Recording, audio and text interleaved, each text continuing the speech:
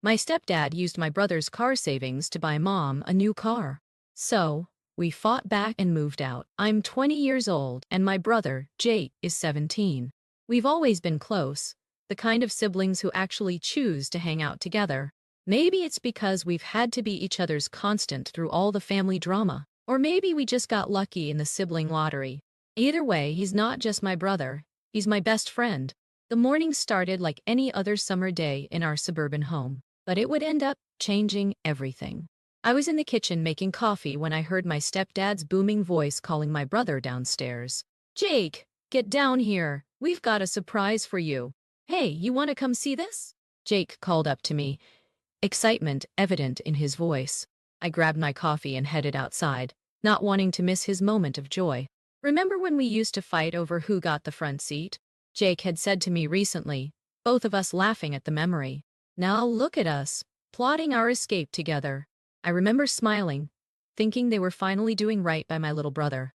After all the arguments, all the saving, all the promises, he was finally getting his car. If only I'd known what was really about to happen. Let me back up a bit. Our relationship wasn't always this close. When we were younger, we had the typical sibling rivalries. But everything changed after our parents' divorce when I was 12 and Jake was 9. We learned quickly that we needed to stick together. The divorce itself wasn't the problem. Our dad, though living across town, remained a steady, loving presence in our lives. The real issues started when Mom remarried 2 years later to Greg, our stepdad. He walked into our lives like he owned them, immediately trying to establish himself as the ultimate authority. Greg was the type of man who needed to dominate every situation, every conversation. He'd interrupt Jake mid-sentence with comments like, "When you're older, you'll understand," or "That's not how the real world works, kid." It drove Jake crazy. And honestly, me too. I still remember one of their first major clashes. Jake was 13, and Greg had decided to teach him responsibility by making him mow the lawn every weekend. "But I have basketball practice on Saturdays," Jake had protested. Greg's response was immediate and harsh. "Well, then you better wake up earlier, shouldn't you? That's what responsible people do." I'd watched Jake's face redden with anger, but he'd held his tongue. That was the beginning of their power struggle, one that would only escalate over the years. Mom, for her part, seemed to lose her backbone the moment she married Greg. The strong, independent woman who'd raised us became someone who constantly deferred to her new husband's judgment, even when it was clearly wrong. "He means well," she'd say after every confrontation. "He's just trying to teach you kids valuable life lessons." But the lessons Greg wanted to teach always seemed to involve breaking Jake's spirit. Which brings us to the car situation. Jake had been working since he was 15, saving every penny he could. He worked weekends at the local grocery store, summers at the community pool, even started a small lawn care business in our neighborhood. By graduation, he had saved up an impressive amount, enough to cover 75% of a modest used car. "Look," he'd said during one family dinner, spreading out his research on the table. "I've found 3 options that would work.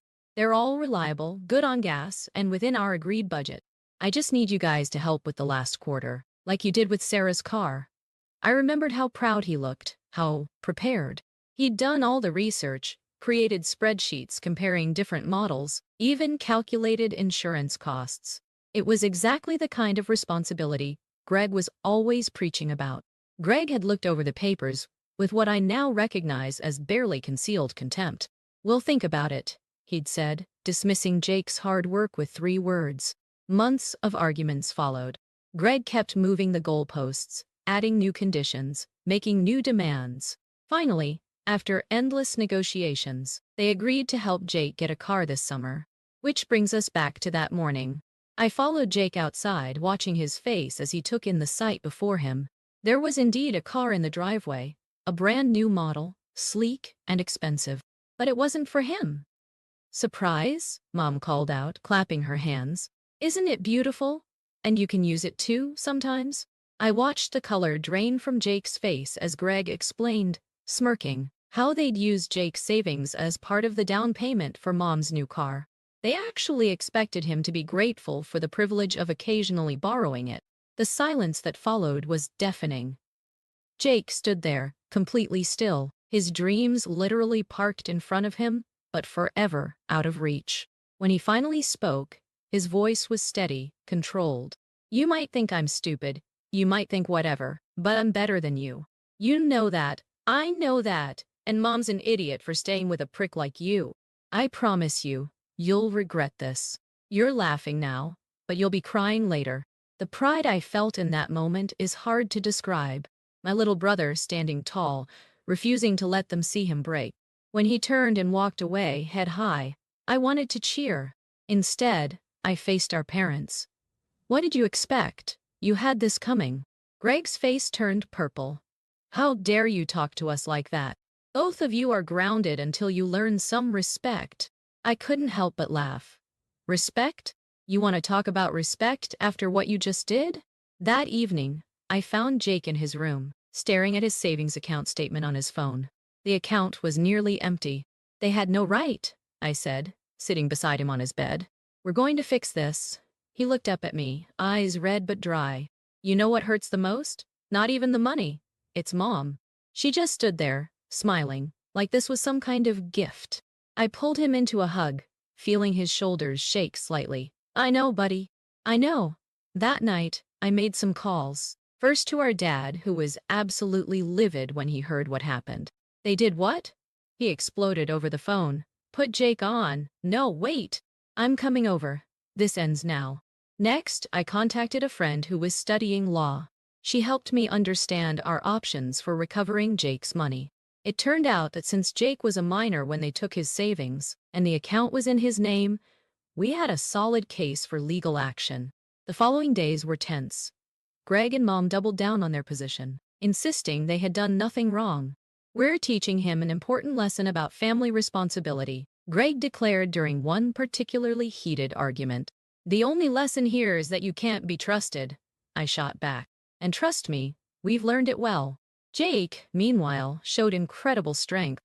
He kept going to work, kept his head up, but I could see the hurt in his eyes every time Mom's new car pulled into the driveway. One evening, about a week after the incident, Jake came to my room. Sarah? He said, hovering in the doorway. I've been thinking.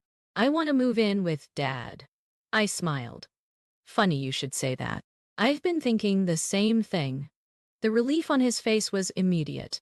Really? You'd come too? Of course I would. You're my little brother. Where you go, I go. We spent that night planning our exit strategy. Dad was more than willing to take us both in, and we started secretly moving our important belongings to his house. The legal process is ongoing. We've filed the necessary paperwork to recover Jake's savings, and while it's not a quick process, our case is strong. Greg's attempts to intimidate us into dropping it have only strengthened our resolve. You really want to tear this family apart over money? Mom asked during one of her attempts to guilt us into backing down. No, Mom, Jake replied calmly. You and Greg already did that. We're just picking up the pieces. The support we've received has been overwhelming. Friends have offered help, neighbors have expressed their outrage, and even some of Mom's family members have taken our side. You don't have to take the car, one particularly kind soul offered. I have an old Honda I could sell you cheap. But Jake refused. Thank you, but I'll wait. I want to do this right, on my own terms. That's my brother, prideful in the best way possible. We're moved in with Dad now. The change has been good for both of us. There's a peace here that we haven't felt in years, a sense of being valued and respected that was always missing in Mom and Greg's house. Last week, I overheard Jake talking to Dad in the kitchen. You know what's weird? Jake was saying. I'm actually kind of glad this happened. Not about the money, but it showed me who really has my back. Your sister's something special, Dad replied. Yeah, she is. But so are you, Dad. Thanks for being here for us. Moments like that make all of this worth it. Yes, we're still dealing with the fallout. Yes, there are still difficult days ahead as we navigate the legal process and heal from this betrayal. But we're doing it together, and that makes all the difference. The other day, Jake and I were sitting on Dad's porch, watching the sunset. Remember when you used to tell me stories to help me fall asleep? He asked suddenly. I laughed. You mean when you were scared of the dark and wouldn't admit it? Yeah, You always knew exactly what I needed, even when I didn't. He paused, then added, You still do. And that's really what this is all about. Sometimes being a big sister means telling bedtime stories. Sometimes it means standing up to injustice. And sometimes it means helping your little brother rebuild his life after betrayal. I don't regret any of it. Every argument with Greg, every disappointed look from Mom, every difficult decision, it was all worth it to protect my brother and our bond. We may have lost some family members in this process, but we've gained something more valuable. The knowledge that we can count on each other, no matter what.